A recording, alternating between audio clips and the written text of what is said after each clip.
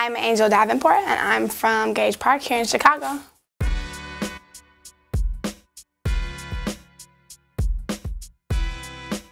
My journey started probably my own music about 18. I've been a performer since maybe 4th grade or 5th grade, so like 11 or 12, doing like stage performances, theater, drama, like Annie, all that fun shit. And then about 18, 19, I started doing, well, 16, 17, I started doing spoken word poetry. And that like trickled into music around 18 or 19. I was around a bunch of rappers. All of my boys in like Sky Mob are rappers, and I was really intrigued with just the technical side of rap, just the wordplay and kind of like the sounds that certain words make together. And so I wrote this rap, and it was kind of like a poem, and I gave it to Q and to Toaster, who are like 2 of my influences in the mob. And they looked it over and they were like, this is all right, it's kind of whack, but you know, write some more verses. So they gave it back to me, and I started writing more and more and more, and then eventually started, you know, reaching out, finding producers, and being like, okay, I'm gonna start developing my own sound. I wanna be a rapper, but I wanna be a singer too, and you know, I just started building on my own, and that kind of just trickled up to, you know, last year's stuff with some bigger artists, you know, with like Tech, and then meeting some and all that. So.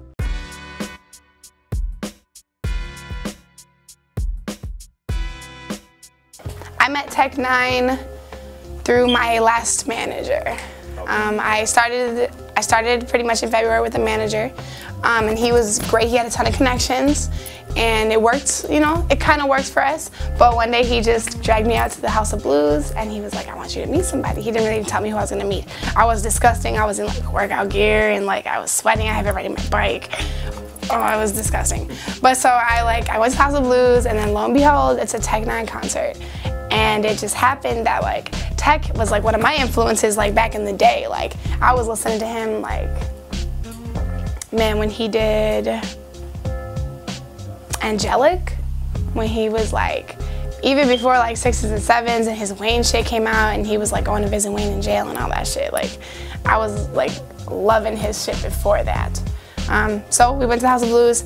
I met Tech there. He was like, I want you to sing. And then I sang, and he was like, that's cool.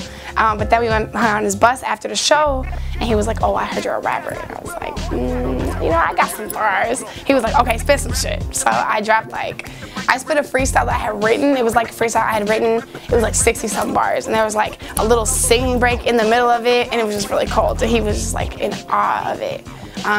So from that point, he was just like, man, I gotta fuck with you. Like, I gotta put you on some shit. And I didn't really believe him, but you know, down the line, he really did. He came through with that shit, so.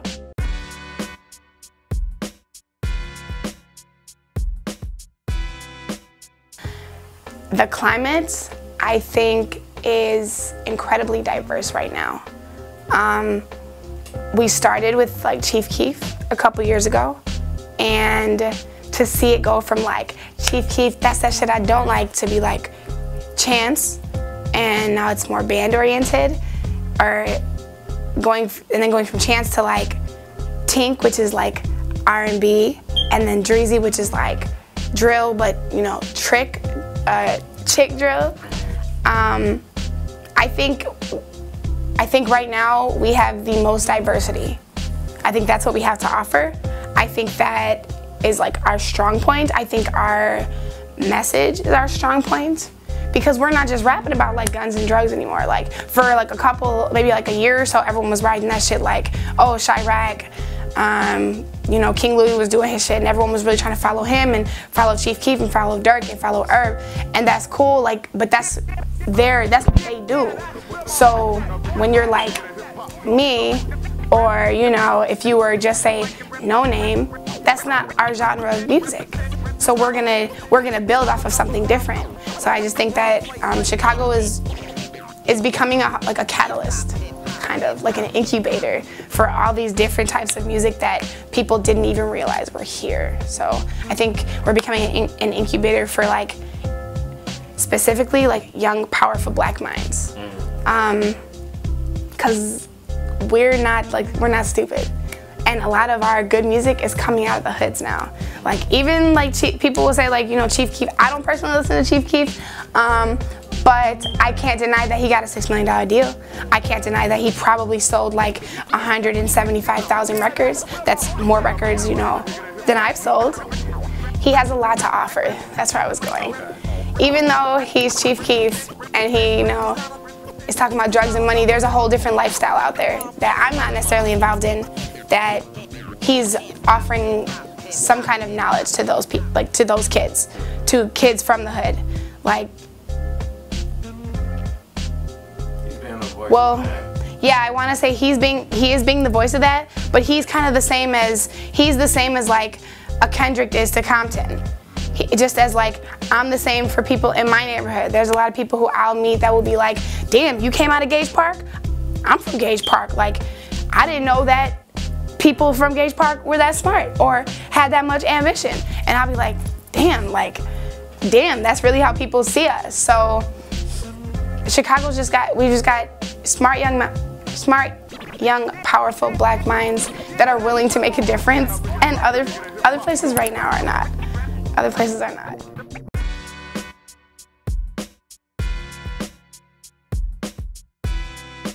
Right now I'm working with the rapper Chicks, and I'm working with Sky Mob. That's a collective of 9 MCs here in Chicago, and a DJ. So one of them is Solar 5. He just dropped Etiquette with Hurt Everybody.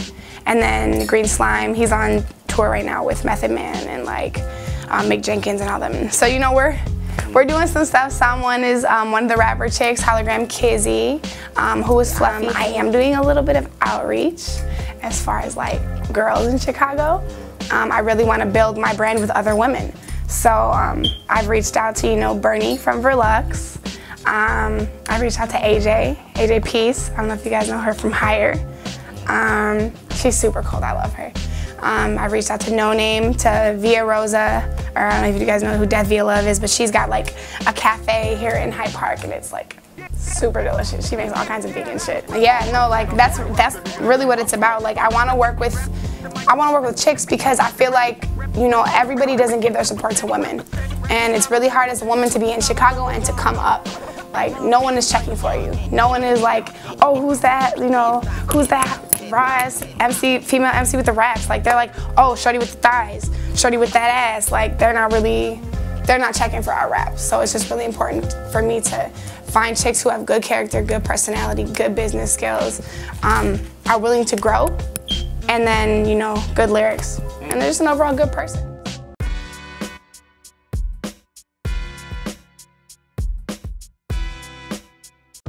I am probably I'm kind of like in the middle. Personally, I'm a tomboy. Like I like to eat food and work out and ride my bike and do shit like that. I've always been that girl, but I understand like there is a certain quality about me that is very feminine.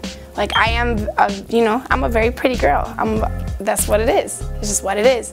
So I turn my sex down, to be honest. I keep my sexiness turned down because I was that sexy for a long time. Last year, if you would have seen me, one thing Sam said to me was, when I saw you rap at the MG Battle, I wasn't even listening, because I had on like this white top. It was like a sheer top. It came like all the way down, and it was like real flowy, stopped at like my thighs, and then I had some like high-waist shorts on, and they were like cut off at the ass cheek, so you could see definitely some ass cheek, and I had like 6-inch heels on, and I was killing it. But it's like, if I'm on stage murdering it and I'm half naked, what are you really thinking about? All you're thinking about is like, damn, how can I fuck this bitch? How can I fuck this bitch? How can I fuck this bitch? She's sexy, like she's super sexy, and it's great. But when she's like, oh, let me put on this real short like skirt, this put my titties out, then everyone's like, you look like a porn star. And that's really like what it is for me. Like I keep it like this, like I keep it comfortable for me. I guess I keep it comfortable for you guys, so that I am like in the middle. Like I'm okay either way. I could be naked, I could not be naked. That's just my preference, I don't care. But I keep it like this to make other people comfortable, so that I don't eventually get uncomfortable. So, cause you know, if I'm in a room with like 10 guys and they're all rappers and I'm the only female rapper and I'm half naked, they're just thinking like, shorty, you're not finna do nothing. I'm not even gonna take you serious. It's just how it is.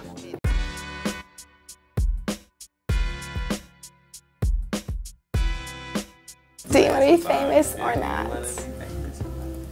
What is that about?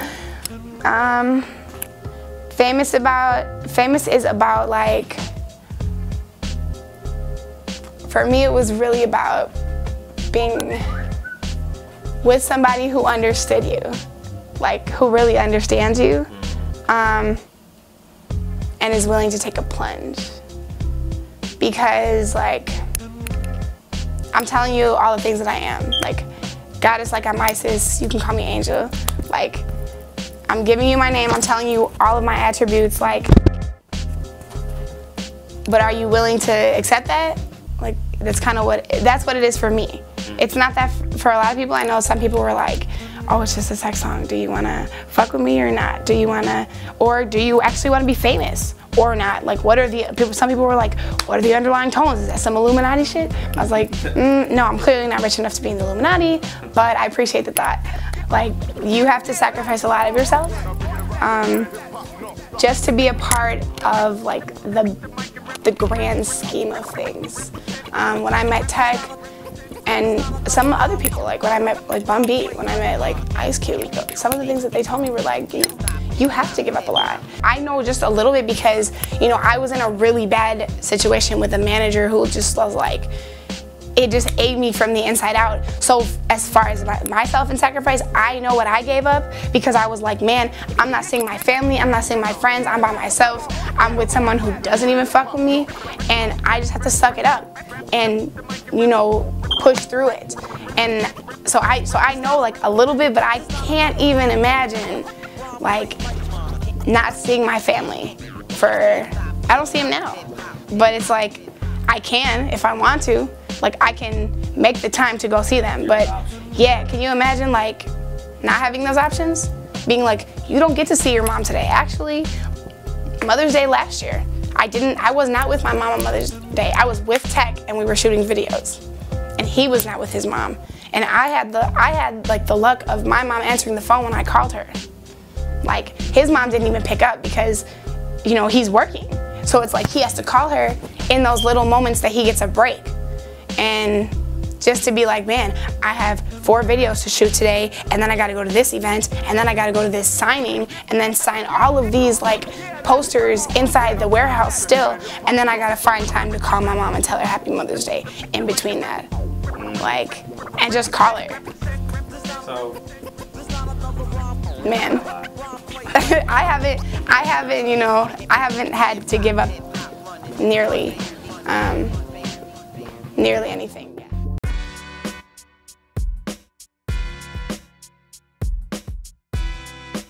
I may be one of the only few artists that will admit like, I am afraid of that.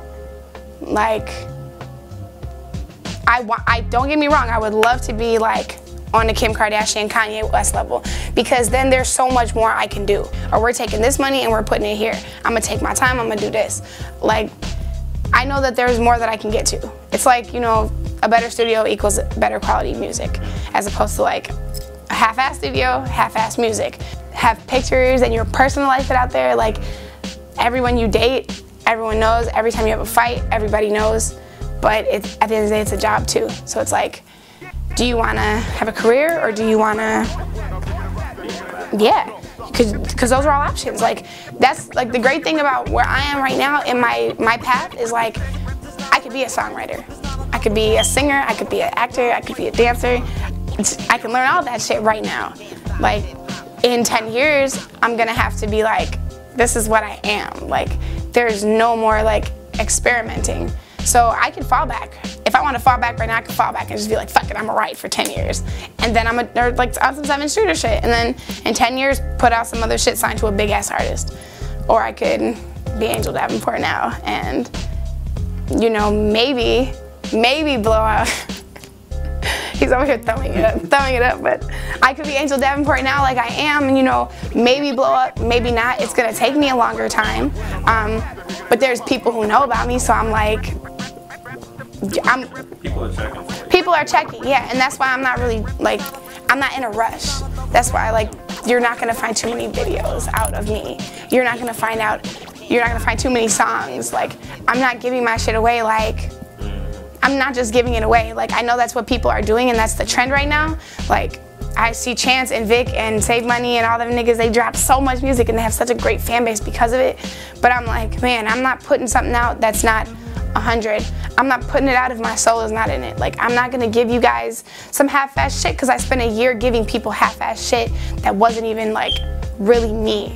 So I'm like, I have so much shit now that I'm like, I'm gonna give you guys, like, some of the deepest parts. Some of the shit that, like, I'm really afraid to tell people. And they're gonna be wooed by it. So I'm like,